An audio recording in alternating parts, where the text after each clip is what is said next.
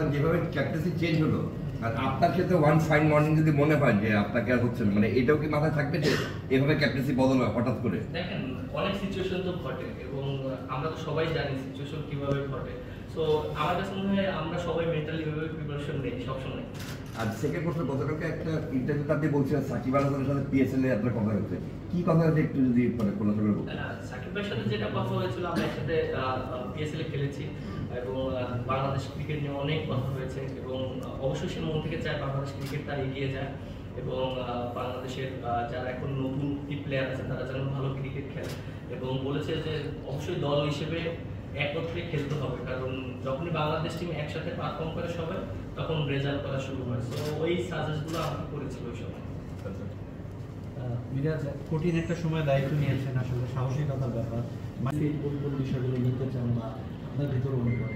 দেখেন, আপনি যেটা বললেন, অবশ্যই আমি প্রথমেই এই কথাটা বলেছিলাম যে আমি তাদের কাছ থেকে অনেক কিছু শিখেছি যেটা আমার ক্রিকেট ক্যারিয়ারে অনেক কাজে লাগবে এবং বিশেষ করে তারা কিভাবে ক্যাপ্টেন্সি করেছে, আমি তো নিজেই খেলেছি তাদের আন্ডারে। তো এই জিনিসগুলো আমার ভবিষ্যতে কাজে লাগবে এবং এইখানে আমি আশা করি ওডিআইতে যে ক্যাপ্টেন্সি করছে এখানে কাজে লাগবে এবং তারা যেভাবে ডিসিশন নিত, স্ট্রংলি ডিসিশন নিত, সেই জিনিসগুলো ফলো করেছে যে কীভাবে নিত। অনেক সময় টাফ সিচুয়েশনে স্ট্রংলি ডিসিশন নিতে হয় নিজে।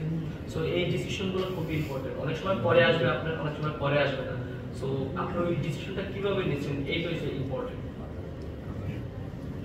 আমার প্রশ্ন একটাই আতিফ ভাই, সেটা হচ্ছে ওয়ান ফাইন মর্নিং বোর্ড মানে একটা ইনসিকিউরিটি থাকে যে এইভাবে ক্যাপ্টেন্সি চেঞ্জ হয়। আপনি যেটা বললেন আমি এটা আসলে জানি না যে তারা কিভাবে করেছে, যেভাবে ডিসিশন নিয়েছে। আসলে বোর্ড মিটিং এর মাধ্যমে তো ডিসিশনটা নেয়, কিন্তু একা নিতে পারে না, আমি যতটুকু জানি। হ্যাঁ, কিন্তু বোর্ড মিটিংটা বোর্ডে হয়, মানে দুনিয়ায় কখনো এটা প্রথম বাংলাদেশ ইতিহাসে হয়েছে ক্যাপ্টেন্সি। বোর্ড মিটিং এ কোন ক্যাপ্টেন চেঞ্জ হয়? বোর্ড মিটিং একটা বোর্ড অফ ডিসকাশনে থাকে যে ক্যাপ্টেন ডিসকাস থাকে। আপনার একটা মানে কোনো অদ্ভুত পরিস্থিতি হচ্ছে, আমি না চাচ্ছি যে আমরা যে কাজটা করি এটা কিন্তু আমাদের জন্য, কিন্তু আপনি দেখেন যে আমরা ভালো করলে কিন্তু আপনারাই কিন্তু কি করেন, প্রশংসা করেন এবং খারাপ করলে কিন্তু আপনারাই সমালোচনা করেন। সো আমাদের কাজটা অনেক এইরকমই। সো আমরা চেষ্টা করি ভালো ক্রিকেট খেলার জন্য। সো এরকম না যে আপনারা শুধু সমালোচনাই করেন, আমরা যখন ভালো ক্রিকেট খেলি তখন তো ইয়েও করেন যে আমাদের সাপোর্টও করেন। তো আমার কাছে মনে হয় যে আমরা মেন্টালি সবসময় প্রিপেয়ার থাকি যে মনে করেন যে সিচুয়েশন থাকে তখন হ্যান্ডেল করার জন্য, কারণ মাঠের সিচুয়েশন তো অনেক সময় অনেক টাফ থাকে। আপনি 22 বছরে অত ইজি না ক্রিকেট খেলাটা, বাট ওইখানে মেন্টাল টাফনেসটা অনেক ইম্পর্টেন্ট। শান্তর সাথে হ্যাঁ কথা হয়েছে। একটা জিনিস দেখেন, শান্ত আর আমি তো ছোটবেলা থেকে একসাথে ক্রিকেট খেলেছি, আর নাসিকের থেকে আমরা একসাথে আছি। তা আমাদের কাছে যে জিনিসটা মনে হয় যে ক্যাপ্টেন ডাজন্ট ম্যাটার, আমাদের টিম হয়ে খেলাটা ইম্পর্টেন্ট। এবং ওর সাথে যখনই কথা হয়েছে আমরা দুজনে একই ডিসকাস করেছি যে আমরা বাংলাদেশটাকে কত দূর নিয়ে যেতে পারি, কারণ এর আগে সিনিয়র প্লেয়ার যারা ছিল তারা কিন্তু একটা স্টেজে নিয়ে এসেছে। সো আমাদের দায়িত্ব এখন রেসপন্সিবিলিটি, আমরা একটা জায়গায় বাংলাদেশ টিমটাকে দাঁড় করাতে চাই।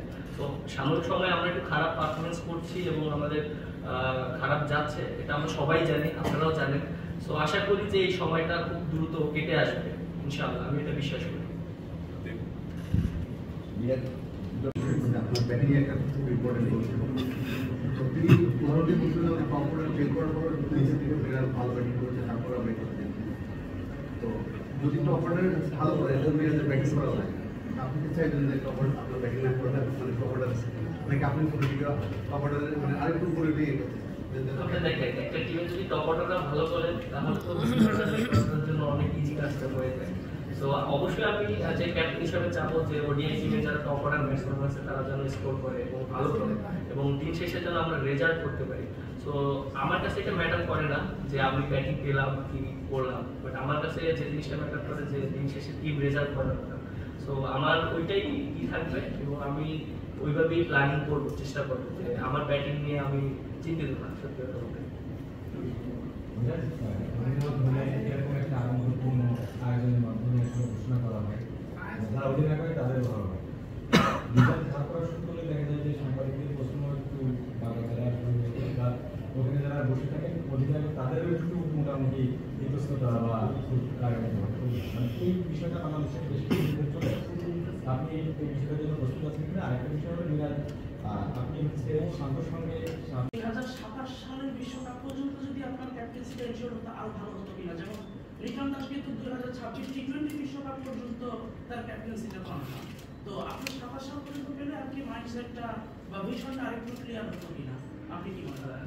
না, আপনি দেখেন যে যেটা আপনি বলেছেন, বেশি লং টাইম থাকলে তো ভীষণটা ভালো থাকে, যেহেতু ওডিআই সামনে ওয়ার্ল্ড কাপ। আর এটা সম্পূর্ণ একটা বোর্ডে তারা কিভাবে চিন্তা করছে, যেহেতু হয়তো টিমটা একটু মনে করেন এখন আমরা স্ট্রাগল করছি ওডিআইতে, হয়তো চিন্তা করছে যে না একটা বছর আমরা একটা জায়গায় দাঁড় করাই ওডিআই টিমটাকে। সো তারপরে হয়তো আমাদের নেক্সট স্টেপ বা প্ল্যানিংটা তারা এই জিনিসটা জানাতে পারবে, জিনিসটা কিভাবে করবে, কন্টিনিউ করবে নাকি হয়তো করবে। সো এখন ডিপেন্ড করে আমাদের, যেহেতু একটা বছরে আমাদের ওডিআই অনেকগুলো খেলা আছে। সো আমাদের এখন সময় এসেছে ওডিআই টিমটা একটা জায়গায় দাঁড় করো। কারণ আপনি দেখেন যে দুইজন সিনিয়র ক্রিকেটারও কিন্তু আমাদের ওডিআইতে মনে করেন তারা রিটায়ারমেন্ট করেছে। সো আমার কাছে মনে হয় যে যারা অপরচুনিটি পাবে তাদেরও এই জিনিসগুলো তারা অপরচুনিটি পাবে, কিভাবে সেট করতে হবে এক বছরের ভিতরে আমার কাছে মনে হয় যে সব কিছু সেট করা যাবে। সবচেয়ে বাজে ডেলিভারি দিচ্ছে, এই জায়গায় যদি দলটাকে ব্রেক করে আমাদের কীভাবে। আর এমন সময় আরেকটা বিষয় হলো ক্যাপ্টেন বলেন আপনি, যে সময় নাজমুল হোসেন শান্ত কিন্তু প্রেস কনফারেন্স করছিল, তিনি জানতেন যে তিনি ক্যাপ্টেন আছেন, সেই প্রেক্ষাপট থেকে এই পরিবর্তনটা কেমন মনে হলো? আর আপনি এই যে ক্যাপ্টেন হলেন, দলটা কি আপনাকে ডিসকাস করছে না শান্ত আগেই করে ফেলেছিল? না, আপনি যেটা বললেন যে এখন তো যেহেতু টেস্ট ম্যাচেরও ক্যাপ্টেন্সি করছে, ওর সাথে ওইভাবে ডিসকাস করেছে, ওডিআই তো এখনো কোনো ডিসকাস করেনি। সো যারা আছে ওডিআই তো মাত্র ক্যাপ্টেন ঘোষণা করলে এরপরে টিম দিবে, হয়তো ডিসকাস করবে, সিলেক্টর আছে, তারপর টিম ম্যানেজমেন্ট আছে, সবাই যারা আছে ডিসকাস করেই সব কিছু একটা ডিসিশন সবাই দিবে। আর একটা জিনিস কি বললেন, এটা বললাম যে শান্ত যখন প্রেস কনফারেন্স করে তখন সে জানতো যে সে one day captain of team আছে। তো এই সময় থেকে আপনার হঠাৎ করে মানে এই যে সুইচ হলো, চেঞ্জ হলো, একটা জিনিস কি, ও তো লাস্ট অনেকদিন ধরে ক্যাপ্টেন ছিল। এবং একটা জিনিস কি যে যখন ওডিআই এবং টি20 ছিল, ও তো একটা নির্দিষ্ট ম্যাচ পর্যন্ত ছিল এবং ওটা শেষ হয়ে গিয়েছিল। বাট ওকে তারপর হয়তো কন্টিনিউ মনে করেন দুইটা সিরিজ করার জন্য করেছে।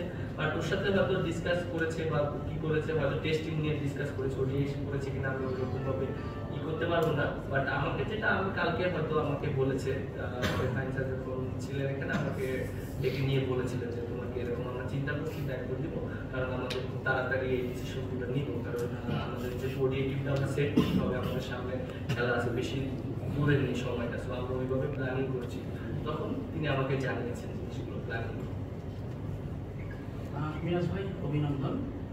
একটু আগে বলছিলেন লং টাইম আপনি ক্যাপ্টেন হিসেবে 4টা ম্যাচ ক্যাপ্টেন্সি করেছিলেন, যদি ফল ভালো হয় বাট এক্সপেরিয়েন্স নিশ্চয়ই গেদার হচ্ছে করা যায় কিভাবে, সেটা নিশ্চয়ই এখন এই লং টার্মে আপনি এক বছর করেছে সেটাতে কাজে লাগতে পারে। পাশাপাশি সেকেন্ড কোয়েশ্চেন, আসলে ক্যাপ্টেন্সির চাপ কিন্তু আপনার ব্যাটিংয়ে প্রভাব পড়ে, সেই 4 ম্যাচে দল ফল পাইনি কিন্তু আপনি কিন্তু 3টা ফিফটি থাকিয়েছিলেন। তো অল টুগেদার আসলে মিরাজের ক্যাপ্টেন্সির চাপটা কতটুকু থাকবে, ব্যাটার মিরাজকে কি সেটাকে কতটুকু আসলে চাপমুক্ত থাকবে না প্ল্যানিং থেকে আপনি যেটা বললেন যে হ্যাঁ আমার ক্যাপ্টেন্সি ডেবু করেছে একটা সিচুয়েশনের ভিতর থেকে, শান্ত তখন ক্যাপ্টেন ছিল, ওই ইনজুরি হয়ে গিয়েছিল বলে আমি হয়তো অস্ট্রেলিয়া সিরিজটা আমাকে দেওয়া হয়েছিল, আমি তখন ভাইস ক্যাপ্টেন ছিলাম, এর জন্য করেছিলাম। আর ওই রকম সিচুয়েশনে ক্যাপ্টেন্সি করা একটু ডিফিকাল্ট, কারণ হঠাৎ করে ক্যাপ্টেন্সি করেছি। তো আমি হয়তো সেটআপটা সম্পূর্ণ শান্তই ছিল, কিভাবে কি প্ল্যানিং করবে না করবে, আমাকে জাস্ট মাঠ চালাতে হয়েছে এবং ওই সময়টা ইউজ করা হয়েছে। সো হ্যাঁ, অবশ্যই ওই 4টা ম্যাচে অবশ্যই আমার অনেক এক্সপিরিয়েন্স হয়েছে এবং আশা করি একটা জিনিস দেখেন, লং টাইমের জন্য পেলে একটু ভালো হয়, টিমকে বুস্ট আপ করা যায় কিভাবে করলে ভালো হবে। সো যেহেতু 1 বছরের জন্য পেয়েছি, আমি চেষ্টা করবো যে টিমটাকে সুন্দর একটা জায়গায় দাঁড় করার। আপনি এমন এক সময় বাংলাদেশে নতুন ভূমিকায় আপনাকে এখানে পাওয়া গেল। এর আগেও আপনি ওই সেক্টরে বসেছেন, অনেকবার পারফর্ম করে এসেছেন, আপনি বিভিন্ন অধিনায়কের আন্ডারে খেলেছেন। তো নানা সময় আমরা আপনার মুখে শুনেছি যে যখন যে ক্যাপ্টেন ছিল যে তামিম ভাই বলেছেন এভাবে খেলছে, সাকিব ভাই, মাশরাফি ভাই, এখন হচ্ছে যে ইয়াংদের আপনি বলবেন এখন এই ভূমিকার বদলটা মানে কিভাবে ব্লক করবেন বা এটা কতটা এনজয় করবেন? আপনি যেটা বললেন যে হ্যাঁ আমি বাংলাদেশ টিমে আমার যখন ডেবিউ হয়েছিল তখন মাশরাফির আন্ডারে আমার ডেবিউ হয়েছিল এবং আলহামদুলিল্লাহ আমি অনেক ক্যাপ্টেনকে পেয়েছি। সেটা অবশ্যই আমার জন্য একটা ভালো লাগার বিষয় যে তাদের কাছে অনেক কিছু শিখতে পেরেছি, যেটা আমি হয়তো আমার এই ক্যাপ্টেন্সিতে কাজে লাগাতে পারে। এখন শেখাতে হবে সেই জায়গাটাতে কোন জায়গায় দেখেন এখন তো আমাদের অবশ্যই রেসপন্সিবিলিটি নেওয়ার সময় এসেছে এবং দেখেন আমরা যথেষ্ট ইন্টারন্যাশনাল ক্রিকেট খেলেছি, প্রায় 8-9 বছর ধরে খেলেছি। যারা জুনিয়র আছে তাদেরকে অবশ্যই পারফর্ম করতে হবে কীভাবে সেই সার্ভিসগুলো করবো, যেটা আমরা যখন প্রথমে ঢুকেছিলাম বড় ভাইরা আমাদেরকে যেভাবে হেল্প করেছে। তো চেষ্টা করবো যে ওইভাবেই যেন হেল্পটা করার জন্য একটা ড্রেসিং রুমটাকে ওইভাবে রাখার জন্য যেন যেই ড্রেসিং রুমে থাকে না কেন সে যেন ফিল করে যে না আমি একা নই, আমার সাথে সবাই আছে। বাংলাদেশ নিউজিল্যান্ডে ফার্স্ট টাইম ড্র পেয়েছিল এবং শ্রীলঙ্কাকে হারিয়েছে এবং 4টা ম্যাচ মধ্যে 3টা জেতা 50 একটা 100 ছিল। সবশেষ 3 ম্যাচের মধ্যেও একটা 77 একটা 81 রান করেছে। মানে একজন ক্যাপ্টেন আর কি করতে পারে, মানে তাদের গড় হচ্ছে 51 বেশি অ্যাজ এ ক্যাপ্টেন। আর এই টিম নিয়ে মানে যখন সাকিব নেই, তামিম নেই, মাশরাফিরা কেউ নেই, সেই সময় এই টিমটা তো আমরা আশা করতে পারি না 10 ম্যাচের মধ্যে আমরা 10টা জিতবো বা 8টা জিতবো। মানে এইখান থেকে আমরা মেসেজটা কি পাচ্ছি, আর হচ্ছে আপনার কি মনে হয় যে প্লেয়ার মানে একটা ক্যাপ্টেন দা প্লেয়ার যে সাধারণত খুব বেশি খারাপ করেছিল কিনা? পারফরমেন্স যদি দেখেন ও অবশ্যই অনেক ভালো পারফর্ম করেছে। আপনি দেখেন যে ও অনেক ভালো করেছে। হয়তো টিম রেজাল্টের ক্ষেত্রে আমরা তো সবসময় রেজাল্ট যে আমরা চিন্তা করি যে টিমটা কোন জায়গায় থাকবে। সো আমরা রেজাল্টের দিক থেকে যদি বলেন তাহলে হয়তো আমরা যেভাবে আশা করেছিলাম হয়তো ওইভাবে আমরা পূরণ করতে পারিনি। আমিও তো টিমে ছিলাম, আমি তো খেলেছি, একসাথেই তো ক্রিকেট খেলেছি। তো পারফরমেন্স যদি বলেন ও অনেক ভালো পারফরমেন্স করেছে ওডিআইতে। এবং আর যেটা বললেন যে ওডিআইতে হয়তো আমাদের এখন হয়তো আমরা 10-এ আছি, তো আমরা তো একটা সময় মনে করেন যে 5-এও ছিলাম এবং যখন মাশরাফি ছিল তখন আমি যখন ঢুকেছি 6-এ ছিলাম। তো আমরা ডে বাই ডে হয়তো 23-এর ওয়ার্ল্ড কাপের পর আমরা বেশি ওডিআই খেলিও নি এবং আমরা হয়তো ওখানে একটু কিছু কি হয়ে গেছে। বাট এখন যেটা আপনি বললেন যে পারফরমেন্সের দিক থেকে আমার কাছে মনে হয় যে ও পারফরমেন্স খুবই ভালো করেছে, but end of the day সম্পূর্ণ ক্রিকেট বোর্ডের ডিসিশন তারা কিভাবে চিন্তা করছে, যে কিভাবে তারা মনে করেন যে বাংলাদেশকে আগিয়ে নিয়ে যাচ্ছে। আপনার লক্ষ্য এবং পরিকল্পনাটা কি থাকবে এটা দেখতে আমাদের? অবশ্যই আমরা ওডিআইতে অনেকদিন পর খেলছি এবং ফার্স্ট ম্যাচটা আমাদের জন্য অনেক ইম্পর্টেন্ট। যেহেতু আপনি দেখেন যে গত বছর আমরা বেশি ওডিআই ম্যাচ খেলিনি, তো আমাদের জন্য এটা একটা চ্যালেঞ্জ। এর আগে আমরা দেখেন যে যখন ওডিআই ম্যাচ খেলেছি প্রায় বছরে 15-20টাও ম্যাচ হয়েছে। যেহেতু টেস্ট ক্রিকেটের চ্যাম্পিয়নশিপ ছিল আমাদের ওডিআই এরকম হয়নি, তো এটা একটা ওডিআই প্লেয়ারদের জন্য একটা চ্যালেঞ্জ যে অনেকদিন পর পর খেলা হবে। অবশ্যই চ্যালেঞ্জ হবে, বাট আমাদের লক্ষ্য থাকবে অবশ্যই সিরিজ জেতা। উপরের দিকে ব্যাট করতে চান কিংবা স্টেবিলিটি চান কিনা 4-5-6 নম্বর ব্যাট? আপনি দেখেন যে আমি তো লাস্ট ওডিআইতে যখন ব্যাটিং করেছিলাম প্রায় 4-এর মধ্যে 5টা ইনিংস খেলেছিলাম, প্রায় 3টা ইনিংসই আমি 50 রান ছিল। আর আমার কাছে মনে হয় যে উপরে ব্যাটিং করলে অবশ্যই অপরচুনিটি থাকে। এন্ড অফ দ্য ডে যেহেতু আমি বোলিং তো আমার অনেক ইম্পর্টেন্ট, সো আমি হয়তো বেশি উপরে ব্যাটিং করলে আমার বোলিংটা হয়তো একটু নর্মাল হতে পারে, বাট আমার কাছে মনে হয় যে আমি এমন একটা জায়গায় ব্যাটিং করতে চাই যেটা টিমেরও লাভবান হয় এবং দিন শেষে আমিও লাভবান হই। সো আমি ওইভাবে চেষ্টা করি পজিশনটা আমাকে যে তুমি নতুন জার্নি করছো এবং এটা বেস্ট অফ লাক। অবশ্যই তোমার কাছ থেকে বাংলাদেশ ভালো কিছু আশা করি। ভাই শান্তর ক্যাপ্টেন্সিটা যে পথ পরিক্রমার মাধ্যমে গেল, আপনি ক্যাপ্টেন হলেন, অনেক জায়গায় সমালোচনাও হচ্ছে।